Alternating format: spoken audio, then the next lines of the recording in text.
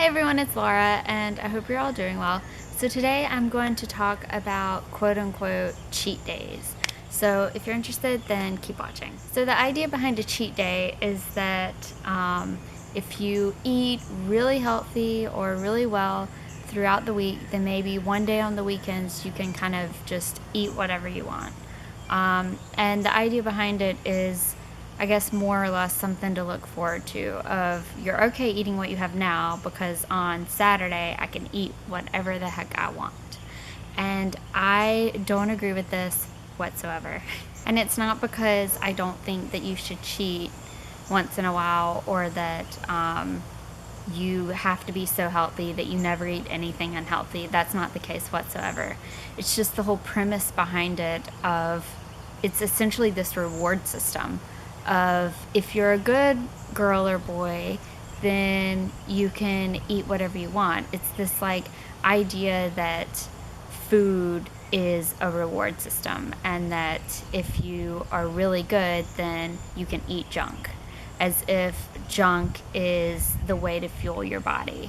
You know, it's kind of backwards thinking of if I'm really healthy and if I consume nourishing foods that are good for my body, that are high in vitamins and minerals and healthy carb and lean protein and good fat and water, and if I'm really good to my body, then I deserve to just treat it like crap. You know, if I'm super, super healthy, then that means that on this day I can just eat crap. And again, it's not that I feel like you can never have junk once in a while, that's fine.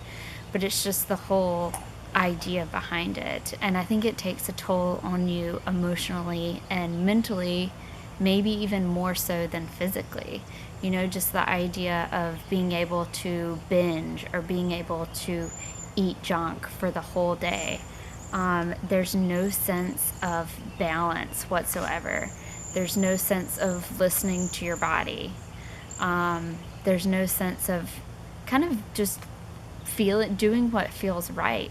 You know, like you're depriving yourself of whatever it is all week, and you're submerging those little voices that your body is telling you, whatever it may be, whether it's you had a really healthy dinner and you're still hungry, but you submerge that hunger, or you submerge that little voice that your body's telling you because on Saturday I can eat whatever I want. And I'm not a believer that we should live restrictively, or that if we're hungry then we shouldn't listen to those cues, or that we should focus our our level of hunger on our mind and what mentally we feel like we should do versus what our body's actually telling you what to do. And I by no means feel like eating has to be this restrictive thing. We can only eat this small amount. You know, when you're eating healthy foods, when you're eating foods that nourish your body, that are fresh and wholesome and that aren't processed, your body starts to tell you things and you're able to better understand it because you feel better. You know, like you have energy, you feel like cooking because you have the energy to do so, you have the clarity of thought to do so. You don't get headaches as much. A lot of times additives and preservatives and lack of hydration, lack of nutrients can lead to a headache. You know, and when we're fueling our body with the food that it needs, not only do we feel better, but we don't crave the junk. A lot of times what keeps me from eating crap isn't that I don't want it, or it's dirty food, or it's not healthy. It's because I know how I'm going to feel afterwards, and I don't want to feel that way. You know, I don't want to get that like lull mid-afternoon to where like I want some caffeine, or I feel like I need a pick-me-up or something to pick me up. You know, that's what, you know, and there are times that like I want that stuff, and that's perfectly fine, and I don't feel guilty afterwards. But when you have this whole idea of cheat days and reward system, it starts to really fuel that idea of there's foods that you should feel guilty when you eat afterwards, or there's foods that are super bad that you can only have when you're really good. You know, it's kind of like the idea of, oh, I just ran 5 miles, so I can eat whatever I want. You know, health isn't about a reward system. Health isn't meant to be a punishment or a chore. It's meant to be something that causes you to thrive and that adds value to your life and makes you feel awesome. It's not meant to be something that is a struggle. And if it is, then that tells me that you're doing it wrong, or you're not doing it the right way for you. If you feel like exercising is a chore and exercising is something that you have to force yourself to do, same with eating a certain way. If you have to force yourself to eat a certain way, then you're not eating the foods that you should be. There's something that needs to be changed in your diet or in your physical activity. Because I'll be the first to say, like, I crave healthy foods. I crave those foods. Like, I don't crave junk, you know, like my body doesn't crave that stuff. And when you get in the whole momentum and you felt what it's like to feel that way, like, it causes you to not want that stuff.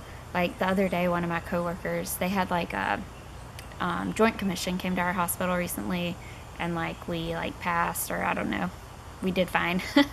They're not shutting down our hospital. And so the hospital, as like a reward system to like thank their employees, had an ice cream social. So they did this 2 days. And like one of my coworkers was like, are you gonna get some? And I was like, no, I'm good. And she was like, what did she say? She said like, you have so much self-control, or you have so much willpower. And I was like, it's nothing about self-control or willpower. Like, I just don't want it. I don't want to feel crappy afterwards.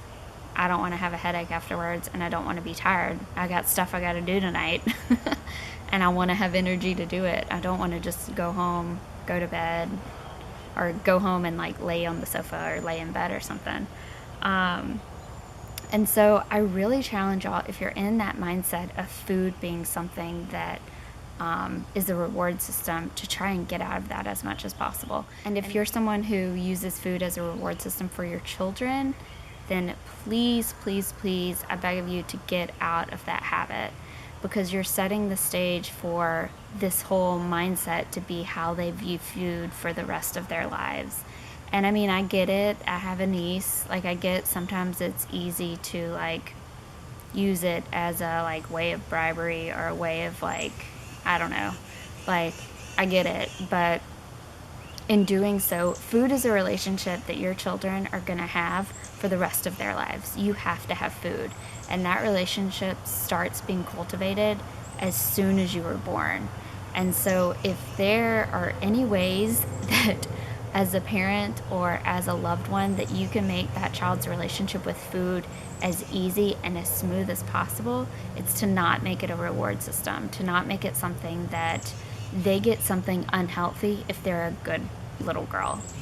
If they're good, if they're behaved, then we can stop and get frozen yogurt.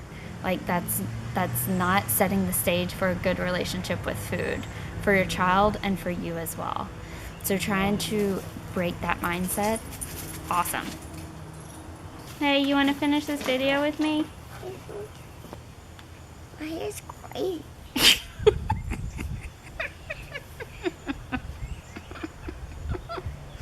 No, it's pretty.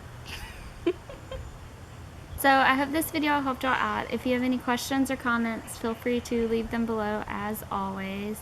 Also, I'm going to leave a link below to my book, so check that out. I'm available for milk. Why are you looking at me like that? You're pretty. I'm available for meal planning and one-on-one counseling, so I'll leave the link below for that as well. As always, if you have any suggestions for future videos, then I'd love to hear from y'all, and I'll be seeing you on my next video. Bye. Say bye, Felicia. Bye. Say bye, Felicia. Bye.